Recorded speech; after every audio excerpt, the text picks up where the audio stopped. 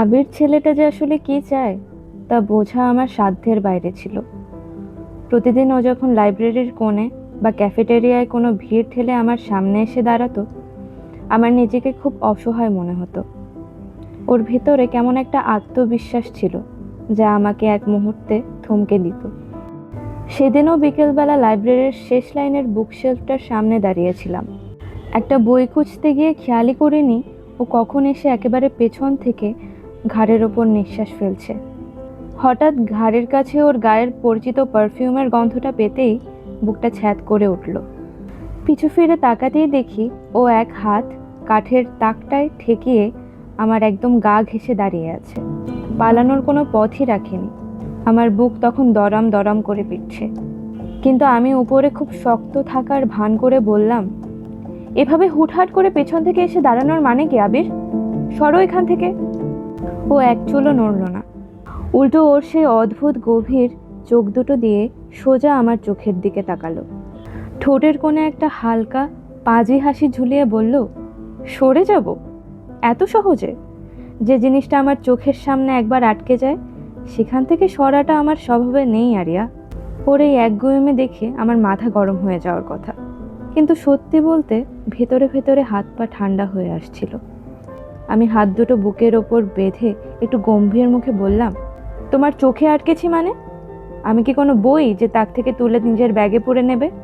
আবির আর একটু এগোলো, এতটাই কাছে এলো যে আমি ওর হৃদস্পন্দনের শব্দটা পর্যন্ত শুনতে পাচ্ছিলাম। একদম নিচু খসখসে গলায় বলল, বই হলে তো কবেই পড়ে শেষ করে ফেলতাম। তুমি তো সেই কবিতা যা বারবার পড়েও আমার তেষ্টা মেটে না। ওর মুখে এরকম স্পষ্ট ফ্লার্টিং শুনে আমার গাল দুটো নরম হয়ে উঠেছিল নিশ্চিত, কিন্তু আমি আমার রাগটা বজায় রাখার চেষ্টা করে মুখ ঘুরিয়ে বললাম, মিষ্টি মিষ্টি কথা বলে আমাকে পটানোর চেষ্টা করছো? লাভ নেই, আমি এত সহজে কাউকে পাত্তা দিই না। হঠাৎ ও ওর হাতটা বাড়িয়ে দিল।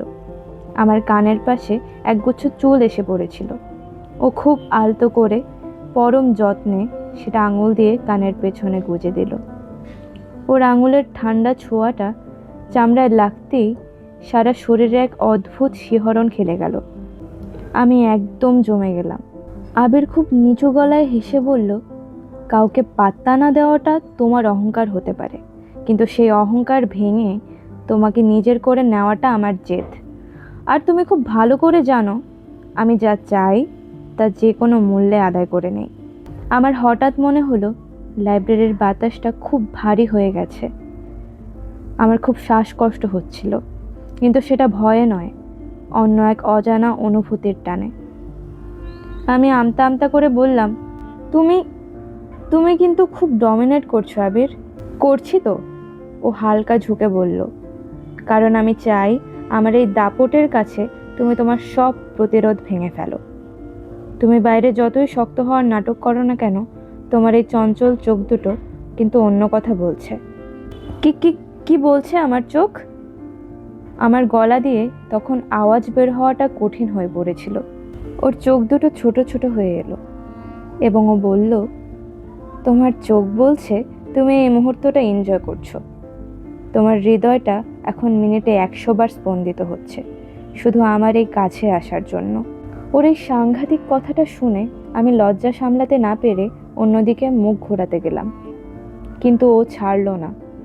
একদম আলতো করে ওর বুড়ো আঙুলটা আমার থুতনিতে ছুঁয়ে মুখটা আবার ওর দিকে ঘুরিয়ে নিল। তারপর বলল, আমার দিক থেকে চোখ সরানোর অনুমতি আমি তোমাকে দেইনি আরিয়া। যখন আমি সামনে থাকবো তখন তোমার সমস্ত মনোযোগ শুধু আমার ওপর থাকবে। ওর গলার সেই শান্ত অথচ চরম একাধিপত্যের সুরটা আমাকে পুরো কাবু করে ফেলল। আমি যে এত শক্ত মনের মেয়ে, সবসময় সবাইকে এড়িয়ে চলি, সে আমি ওর একটা ছোঁয়া আর কয়েকটা দাপুটে কথায় পুরোপুরি ভেঙে পড়লাম। আমার সব অভিমান, সব জেদ মুহূর্তের মধ্যে বাষ্প হয়ে উড়ে গেল। আমি ওর শক্ত বুকের ওপর হাত রেখে হালকা একটা ধাক্কা দেওয়ার চেষ্টা করে নামমাত্র হেসে বললাম, তুমি বড্ড পাজি আর অসভ্য। আবির আর কোনো কথা না বলে সোজা আমার হাতটা চেপে ধরল। তারপর নিজের বুকের বাঁ পাশে ঠিক হৃৎপিণ্ডটার উপর আমার হাতটা শক্ত করে চেপে রাখলো। ওখানকার দ্রুত ধুকপুক শব্দটা আমার হাতের তালুতে আছড়ে পড়ছিল। ও আমার দিকে তাকিয়ে বলল, পাজি হতে পারি, কিন্তু এই পাজি ছেলেটার হৃদস্পন্দন শুধু তোমার নামেই চলে। তাই আর অন্য কিছু ভেবে লাভ নেই। নিজেকে আমার হাতে সঁপে দাও, হার মেনে নাও। ওর বুকের ধুকপুকানি আর চোখের ওই গভীর ব্যাকুলতা দেখে আমার আর কোনো তর্ক করার শক্তি অবশিষ্ট ছিল না। ওর এই একচ্ছত্র অধিকার বোধের কাছে হার মানতেই যেন আমার সবচেয়ে বেশি ভালো লাগছিল। আমি আর কিছু না বলে এক চিলতে হেসে ওর বুকের মধ্যে মুখটা লুকিয়ে ফেললাম। চশমার আড়ালে নিজের চোখ দুটো বন্ধ করে মনে মনে নিজেকেই বললাম, লোকটা সত্যিই ইম্পসিবল। কিন্তু ওর এই ডমিনেন্সটাই বোধ হয় আমি সারা জীবন চেয়েছিলাম।